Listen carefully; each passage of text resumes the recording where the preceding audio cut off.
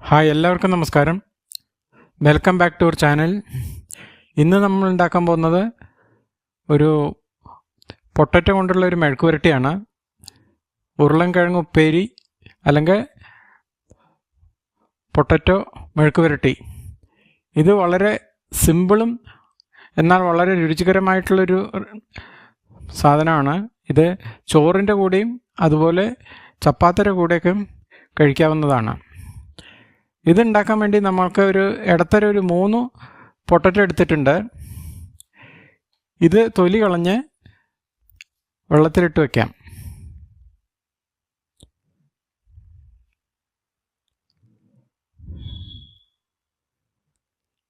അപ്പോൾ 3 പൊട്ടറ്റോയും തൊലി കളഞ്ഞ് വെള്ളത്തിലിട്ട് വെച്ചിട്ടുണ്ട്. ഇത് വെള്ളത്തിലിട്ട് വെച്ചിരിക്കുന്ന കറുപ്പ് നിറം മാറാനും ഇതിലെ അധികമായിട്ടുള്ള സ്റ്റാർച്ച് മാറാനും വേണ്ടിയിട്ടാണ്. ഇനി നമുക്ക് ഇതിലേക്ക് വേണ്ടത് ഒരു 10 ചെറിയ ഉള്ളി എടുത്തിട്ടുണ്ട്. ചെറിയ ഉള്ളി ഇല്ലെങ്കിൽ ഒരു നല്ല വലിപ്പമുള്ളൊരു സവാള എടുത്താലും മതി. അതുകൂടാതെ ഒരു 4 ഉണക്കമുളക്, ഒരു കഷ്ണം ഇഞ്ചി, ഒരു 5 വെളുത്തുള്ളി, കറിവേപ്പില ഒഴിച്ച് ബാക്കിയെല്ലാം ചതച്ചെടുക്കാം. അപ്പോൾ മെഴുക്ക് പുരട്ടി ഉണ്ടാക്കാൻ വേണ്ടി തുടങ്ങാം. അതിനുവേണ്ടി ഒരു പാൻ അടുപ്പത്ത് വെച്ചിട്ടുണ്ട്. അതിലേക്ക് 2 ടീസ്പൂൺ വെളിച്ചെണ്ണ ഒഴിച്ചു കൊടുക്കാം. എണ്ണ ചൂടായിട്ടുണ്ട്.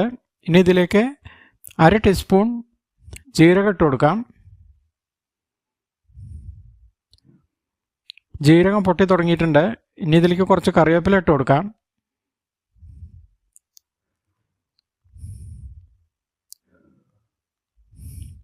ഇത് രണ്ടും മൂത്ത് കഴിഞ്ഞാൽ നമ്മൾ നേരത്തെ ചതച്ച് വെച്ചിട്ടുള്ള കൂട്ട് ഇതിൽ ചേർത്ത് കൊടുക്കാം.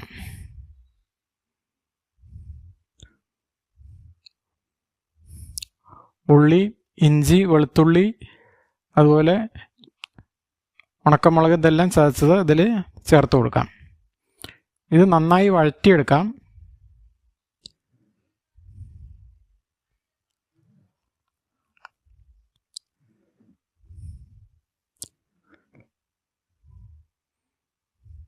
ഇതെല്ലാം നന്നായി വഴണ്ടി വന്നിട്ടുണ്ട്. ഇനി ഇതിലേക്ക് നമുക്ക് പൊടികൾ ചേർത്ത് കൊടുക്കാം.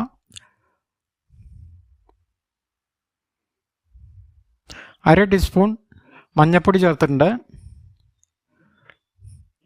ഇനി ഒരു 1/2 ടീസ്പൂൺ കാശ്മീരി മുളക് പൊടി ചേർത്തിട്ടുണ്ട്. 1/2 ടീസ്പൂൺ എരിവുള്ള മുളക് പൊടിയും അതുകൂടാതെ 1/2 ടീസ്പൂൺ മല്ലിപ്പൊടിയും ചേർത്തിട്ടുണ്ട്. ഇനി ഗരം മസാലപ്പൊടി ഒരു 1/2 ടീസ്പൂൺ ചേർത്ത് കൊടുത്തു. ഇതെല്ലാം കൂടി നന്നായി വഴറ്റി പച്ചമണം മാറുന്നത് വരെ നമുക്കിത് വഴറ്റിയെടുക്കാം.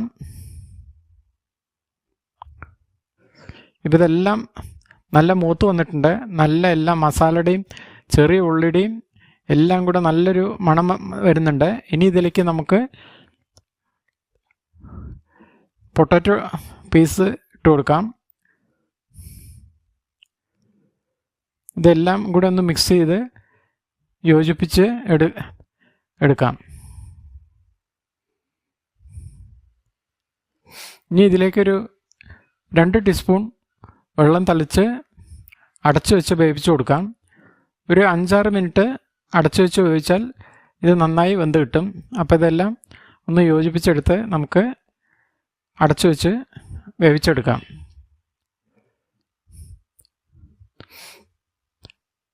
ചിലപ്പോൾ 5-6 മിനിറ്റ് എടുക്കും. ഇതിടയ്ക്ക് ഒരു 1-2 പ്രാവശ്യം ഇളക്കി കൊടുക്കാം. അല്ലെങ്കിൽ ഒരു സൈഡ് ചിലപ്പോൾ കരിഞ്ഞു പോവാതെ നോക്കേണ്ടതാണ്. ഇത് അത്യാവശ്യം നല്ല വെന്തിട്ടുണ്ട്. ഇനി ഇതിലേക്ക് നമുക്ക് ആവശ്യമുള്ള ഉപ്പ് ചേർത്ത് കൊടുക്കാം.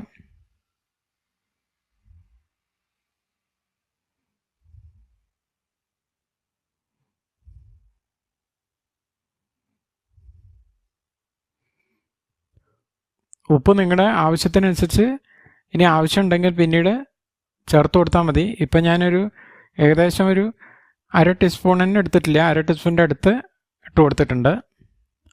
ഇതെല്ലാം ഒന്ന് യോജിപ്പിച്ച് ഇനി അടച്ചു വെച്ച് വേവിക്കേണ്ട ആവശ്യമില്ല. ഒരു 2-3 മിനിറ്റ് നമുക്കിതിൽ എല്ലാ കഷ്ണങ്ങളും ഒന്ന് മൊരിയുന്നത് വരെ ഇളക്കി കൊടുക്കാം. ഇപ്പം എല്ലാം ഒന്നെല്ലാം യോജിച്ച് വന്നിട്ടുണ്ട്. ഇനി ഇതിലേക്ക് കുറച്ച് ഏകദേശം ഒരു 1/4 ടീസ്പൂൺ കുരുമുളക് പൊടി ചേർത്ത് കൊടുത്തിട്ടുണ്ട്. അവസാനം കുറച്ച് കസൂരി മേത്തിയാണ് ചേർത്ത് കൊടുത്തത്. അത് ഉണ്ടെങ്കിൽ ചേർത്ത് കൊടുത്താൽ മതി, ഇതില്ലെങ്കിലും കുഴപ്പമില്ല. ഇതില്ലാതെ നല്ലൊരു രുചിയാണ് ഇതിന്. പിന്നെ കുറച്ച് മല്ലിയില ചോപ്പ് ചെയ്ത് ചേർത്ത് കൊടുത്തിട്ടുണ്ട്. ഇപ്പോൾ നമ്മുടെ ടേസ്റ്റ്ഫുള്ളായിട്ടുള്ള പൊട്ടറ്റോ മെഴുക്ക് പുരട്ടി ഇവിടെ റെഡി ആയിട്ടുണ്ട്.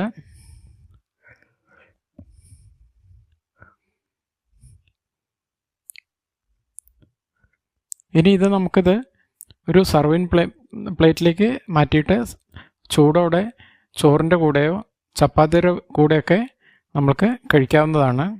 ഇത് നിങ്ങൾ ഒരിക്കലുണ്ടാക്കി ഇഷ്ടമായാൽ ഷെയർ ചെയ്യുക. അതുപോലെ അഭിപ്രായങ്ങളും നിർദ്ദേശങ്ങളും അറിയിക്കുക.